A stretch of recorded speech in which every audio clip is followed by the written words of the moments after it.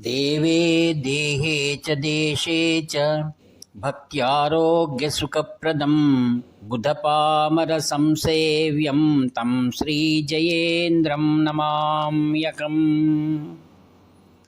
नमामः शङ्करान् वाक्यविजयेन्द्रसरस्वतीं श्रीगुरुं शिष्टमार्गानुनेतारं सन्मतिप्रदम् श्री सत्यचंद्रशेखरेन्द्र सरस्वती स्वामिने नमः। सर्वमंगलमांगल्ये शिवे सर्वार्थसाधिके शरण्ये त्र्यंबके देवी नारायणि नमोस्तुते। ఆత్మీయ మిత్రులందరికీ కూడా హృదయపూర్వక ధన్యవాదాలు. కాంచి కామకోటి పీఠం, సర్వజ్ఞపీఠం, మూలాంనాయ పీఠం, చాలా పవిత్రమైనటువంటి కాంచీ నగరంలో నెలసి ఉన్నది. నాడు ఆదిగురు శంకర భగవత్పాదాచార్యులు వారు స్థాపించి సర్వజ్ఞపీఠ అధిరోహణ చేసిన తర్వాత నేటి వరకు 71 పీఠాధిపతుల వరకు అవిచ్ఛిన్న పరంపర కొనసాగుతూ కాంచీ నగరమునకు విచ్చేయుచున్నటువంటి సకల భక్తజనులను కూడా దర్శించిన వారినందరికీ కూడా శ్రేయస్సు కలుగ చేస్తున్నటువంటి శ్రీ శంకర విజయేంద్ర సరస్వతి మహాస్వాముల వారిని స్మరిస్తూ కాంచీ నగరం యొక్క వైభవాన్ని మనమందరం కూడా చక్కగా తెలుసుకోవడానికి మనం ప్రయత్నిద్దాం. ఆత్మీయులారా, కాంచీ నగరం శాప విమోచన క్షేత్రం, శక్తిపీఠం, శివపీఠం, సిద్ధపీఠం, వైష్ణవ స్థానం. ఇట్టి పరమ పవిత్రమైనటువంటి కాంచీ నగరానికి యుగ యుగాలుగా తనదైనటువంటి విఖ్యాతిని పడిసి ఉంది. ఆత్మీయులారా, మనం కాంచీ నగరాన్ని చూడాలంటే దాదాపుగా 3 రోజులైనా మనకు అవసరమవుతుంది. ఎందుకనగా విస్తారమైనటువంటి దేవాలయాలు. ఒక వరదరాజస్వామి దేవాలయం చూడడానికే దాదాపుగా 4 గంటలు పడుతుంది. అక్కడి నుండి ఓరికై వెళ్తే శ్రీ కాంచి కామకోటి పరమాచార్య స్వామి వారి కోసం నిర్మించినటువంటి భవ్యమైన మణిమంటపం, అది చూడడానికి దాదాపుగా 3 గంటలు కావాలి. మనం శ్రీమఠానికి వచ్చి అక్కడ శ్రీమఠం పక్కనే ఉన్నటువంటి కామాక్షి దేవాలయంలో పూజలు చేసుకోవాలంటే దాదాపుగా మనకు 2 గంటలైనా అవసరం ఉంది. ఎందుకంటే విస్తారమైన దేవాలయాలు ఇవన్నీ కూడా. ఒక్కొక్క దేవాలయంలో ఉన్న శిల్ప కళ, తపస్ ఉన్నటువంటి అక్కడ శక్తి, ఆ పుష్కరాలు, ఆ పుష్కరిణి విభాగాలు, పెద్ద పెద్ద మంటపాలు ఎంతో వైభవంగా ఉంటుంది.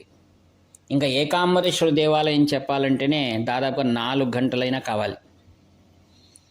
ఇంకా కాంచి కామకోటి పీఠం వారిది ఏర్పాటు చేసినటువంటి అనేకమైన మ్యూజియంస్ ఉన్నాయి. ఇలా ఎన్నో, మరియు షాపింగ్ చెప్తారా, భవ్యమైనటువంటి మనకు పట్టు వస్త్రాలు దొరుకుతాయి. ఇలా ఆనందం చేసేటువంటి అనేకమైనటువంటి స్థలాలు ఉన్నాయి. ఆత్మీయులారా, మీరు విశాలమైనటువంటి కాంచీ నగరాన్ని చూడడానికి మీరు దాదాపుగా 3 రోజులు సెలవు వేసుకొని వస్తే మీరెంతో ఆనందిస్తారని మీకు నేను తెలియజేస్తున్నాను. కాంచీ నగరం యొక్క వైభవాన్ని చెప్పాలి అంటే మనం కృతయుగం నుండి తీసుకోవాలి. అంటే ఆ భండాసును సంహరించడానికి కోసం అమ్మవారు దేవతల చేత ప్రార్థించబడి భండాసును వధించిన స్థానం అది. మరియు శ్రీ లలితా సహస్రనామాన్ని చెప్పబడింది. హయగ్రీవుల వారు అగస్త్యుల వరకు చెప్పినది అక్కడే. ఇలా త్యాగరాజ మహర్షి వచ్చి అక్కడ చక్కని గానములు పాడారు. ఇలా ఒక్కటేంటి, ఎన్నో వైభవమైనటువంటి కామాక్షి దేవాలయంలో ఆ గాయత్రి మంటపంలో అమ్మవారు ఎంతో చక్కగా చూడ్డానికి ఎంతో శక్తివంతమై ఆనందదాయకమై ఉంటుంది. అక్కడ పూజలన్నీ మనం నెరవేర్చుకోవడం వల్ల మనకి ఎంతో ఆనందము, శుభప్రదం కలుగుతుంది. ఆత్మీయులారా, మనం కాంచి వరదరాజస్వామి గుడిలో ఉన్నటువంటి 2 బలుల గురించి చెప్పమని మా స్నేహితుడు ఉదయం నాకు ఫోన్ చేశాడు. యూట్యూబ్ ఎప్పుడు చూస్తూ ఉంటాడంట అతను. నాది ఫాలో చేస్తుంటాను. గురువుగారు, మీరు కాంచీలో ఉన్నటువంటి వరదరాజస్వామిలో ఉన్న బలుల గురించి చెప్పండి అని అడిగారు. ప్రతి ఒక్కరి యొక్క ఆశయాలు మనం తీర్చడం, తెలిసినంత వరకు మనం ప్రయత్నం చేయడం నా యొక్క విధిగా నేను భావిస్తాను. కాంచి వైభవం అనేటువంటిది కామాక్షి విలాసము అనేటువంటి గ్రంథం ఉందండి. అది చాలా గొప్ప గ్రంథం. దాంట్లో విపులీకరంగా అనేక విషయాలను దాంట్లో చర్చించారు. అమ్మవారి వైభవాలు మరియు స్థానికమైనటువంటి స్థల పురాణాలు ఎన్నో అందులో ఉన్నాయి. అందులో వచ్చినటువంటి ఒక ఇతిహాసాన్ని మనం తెలుసుకోవడానికి ప్రయత్నం చేద్దాం. మహాలక్ష్మి మరియు మహాసరస్వతి ఇద్దరి మధ్య ఒక లీలా విలాసంగా ఒక సంఘటన జరిగింది. వారిద్దరూ కూడా పంతం వేసుకున్నారు, మా ఇద్దరిలో ఎవరు గొప్పవారు అని. అందుకోసం వారు మొదట ఎవరిని అడుగుదాము అని దేవేంద్రుని పిలిపించారు. వారిద్దరికి సాగిలబడి నమస్కారం చేసి, మాతృమూర్తులు ఒకే చోట విలసిల్లి ఉన్నారు. ఇది సంఘటన ఎక్కడ జరిగింది? కాంచీ దివ్యక్షేత్రంలో. ఎందుకనగా వారిద్దరూ కూడా కామాక్షి దేవికి 2 వైపులా వింజామరులు వీస్తూ ఉంటారు. ఇది కామాక్షి లీల అని చెప్పుకున్నా ఏం ఆశ్చర్యం కాదు. అప్పుడు దేవేంద్రుడు అన్నాడు, అమ్మ, జగత్తంతయు కూడా మంగళప్రదమై విలాసిల్లుతున్నటువంటి అమ్మవారు లక్ష్మీదేవియే గొప్పది అన్నాడు. సరస్వతీదేవికి చాలా కోపం వచ్చింది. నీవు ఏనుగువై ఉండిపో, అనేక పర్వతాల్లో అడవుల్లో అలా తిరుగుతూ ఉండమని ఆమె శాపం ఇచ్చింది. ఆ యొక్క సరస్వతి ఇచ్చిన శాపాన్ని తీసుకోవాల్సి వచ్చింది ఎవరు? దేవేంద్రుడు. మహాలక్ష్మి చెప్పింది అలా చేయకు అన్నా కూడా వినలేదాన్ని. సరస్వతి వాక్యము మరి ఎలా రిక్తమవుతుంది? అది సత్యమైంది. దేవేంద్రుడు, నేను చేసింది ఏం పొరపాటు ఉంది దీంట్లో?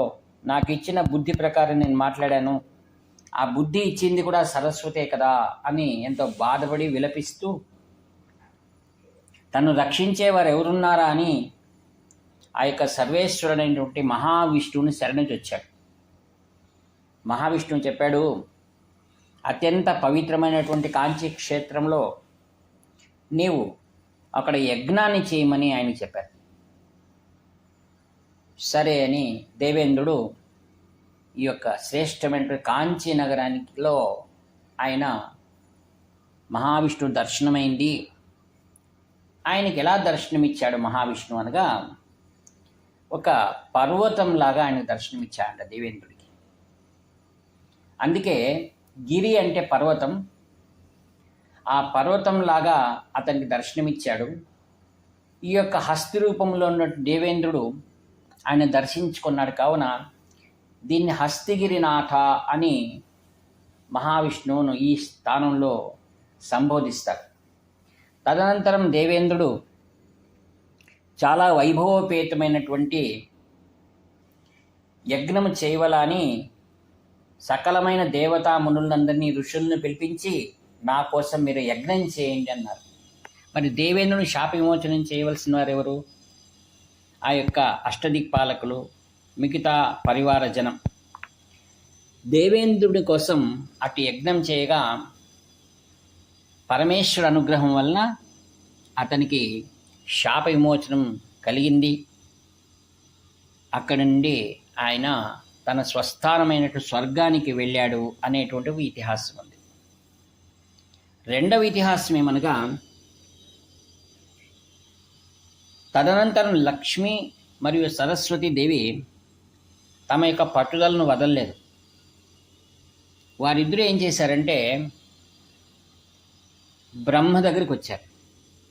మహాలక్ష్మీదేవి అంది, మరి దేవేంద్రుడు అలా చెప్పాడు కదా, మీ భర్త ఏమంటారో విందాము అని ఆ యొక్క బ్రహ్మలోకానికి వెళ్ళారు. బ్రహ్మదేవుడు వారిలో ముఖ్యమైన వారు మహాలక్ష్మి అని చెప్పారు. ఎందుకు అని అడిగిందారు సరస్వతి. మరి నేను మహావిష్ణువు యొక్క నాభి నుండి వచ్చాను, మరి నేను మహావిష్ణు కుమారుణ్ణి కావున నీవు మహావిష్ణువు కోడలవుతావు, మహాలక్ష్మీదేవి నీకంటే పెద్దది, అధికము, అత్తగారు అవుతుంది అని చెప్పారండి. ఆ మాట విన్న తర్వాత సరస్వతికి కోపం భరించలేకపోయింది. నీవు ఈ జగత్తునంతా సృష్టి చేస్తున్నావు కదా, నీ మూలమదే అని ఆమె ఏం చేసింది, బ్రహ్మ దగ్గర ఉన్నటువంటి సృష్టి దండాన్ని ఆమె అపహరించుకొని అదృశ్యమైపోయింది మహాసరస్వతి. అప్పుడు ఇంకా సృష్టి అనేటువంటిది స్థగితమైపోయింది.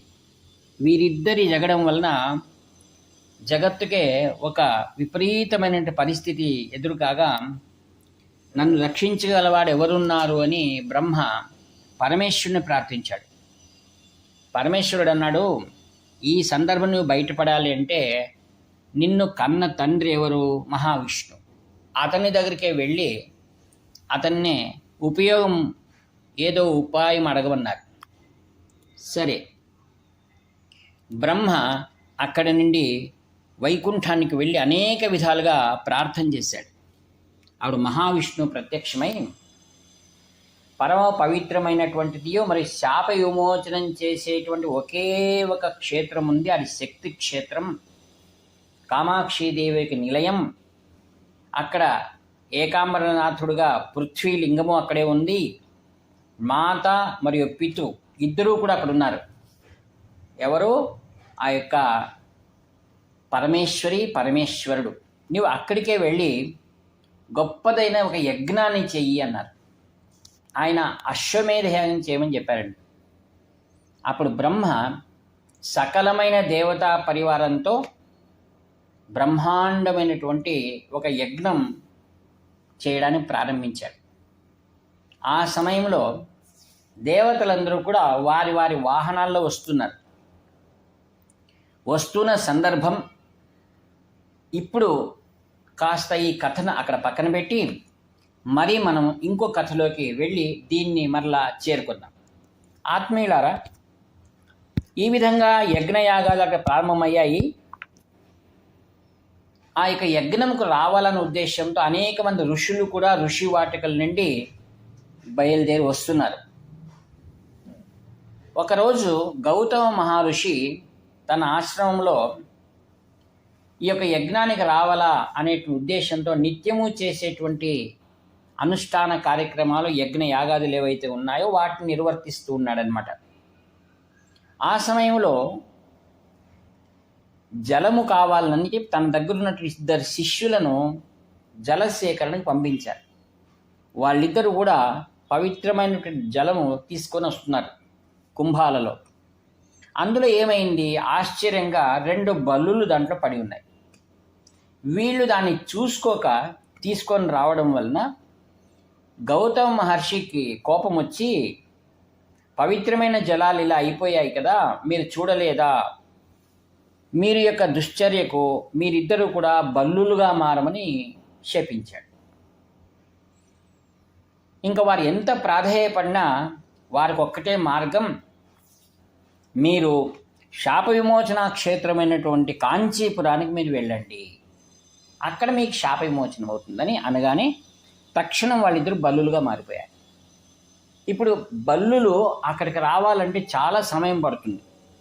ఎలా చేయాలి, తమ పూర్వజన్మ సుకృతం ఏదైనా ఉందా, మమ్మల్ని కాంచీ నగరానికి చేర్చేవారు ఎవరు అని వాళ్ళు యోచన చేస్తూ ఉండగా ఆ సమయంలో ఆ యొక్క స్వర్గం నుండి దేవేంద్రుడు శ్రేష్టమైనటువంటి ఏనుగు పైన కూర్చొని వస్తున్నాడు. ఆయన ఆ ఏనుగును అధిరోహించా ఈ యొక్క 2 బల్లులు.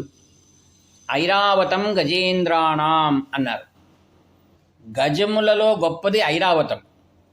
ఐరావతాన్ని ఇవి 2 కూడా అధిరోహించాయి, అంటే అతుక్కున్నాయి.